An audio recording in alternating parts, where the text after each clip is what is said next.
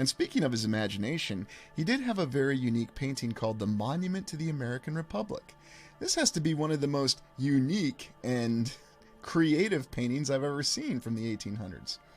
Where did this inspiration come from? Is this an amalgamation of different architectural stylings and paintings that he saw? Or does this represent something that may have existed in the United States?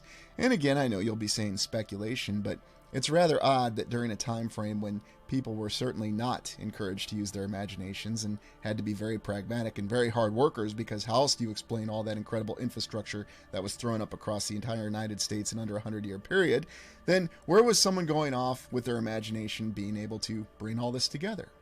Or is it possible that this is a depiction of how something looked in the United States in the distant past? These very unique towers with all these columns. We're told that the artist was simply representing different folk art of America and showing American history. But why do they always call it the American Republic?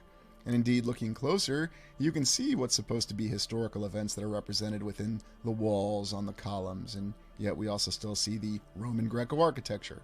Well, you can easily hand-wave explain that away by saying, this particular individual, this painter, he liked to depict Roman and Greek origins in many of his paintings. So this doesn't necessarily reflect what was going on in the United States.